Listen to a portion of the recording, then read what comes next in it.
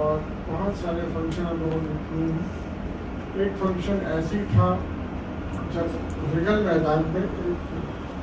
بہت بڑا مشاعرہ ہوا تھا اور کیفی آدمی صاحب بھی اس میں موجود تھے، اور یہ مشاعرہ تھا ریگل میدان میں جو آج کل گوپال میدان ہے۔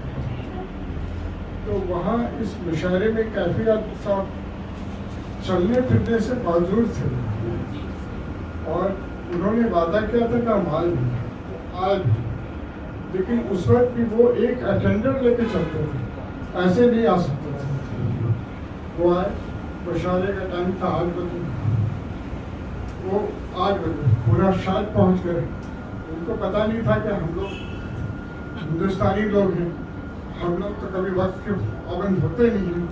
وہ بیچارے آ گئے اور اس وقت تیاری کچھ ہوئی نہیں تھی اسٹیج پر، اور وہ آ کے ان کو پھر اسٹیج کے بغل میں ہم لوگوں نے کرسی دی، بیٹھے تھے وہاں پر، اور قریب 1 گھنٹہ وہ بیٹھے ہوئے، کبھی بھی ان کو کوئی ملال نہیں ہوا، نیچے بیٹھے تھے۔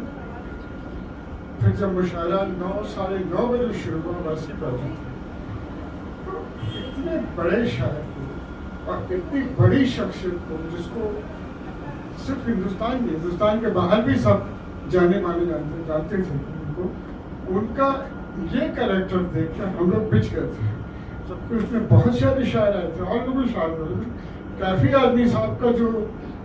شخصیت تھی، جو کردار تھا وہاں، وہ سب پر چھا گیا تھا، اور وہ مشاعرہ بہت ہی کامیاب ہوا تھا۔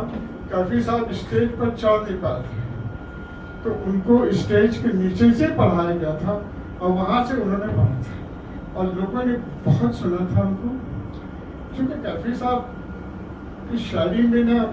ایسی روانی ہے کہ وہ پڑھتے ہیں، اور پڑھنے کا انداز بھی ایسا کہ لگتا نہیں ہے کہ وہ پڑھ رہے ہیں، ایسا لگتا ہے کہ وہ بس کچھ داستان سنا رہے ہیں۔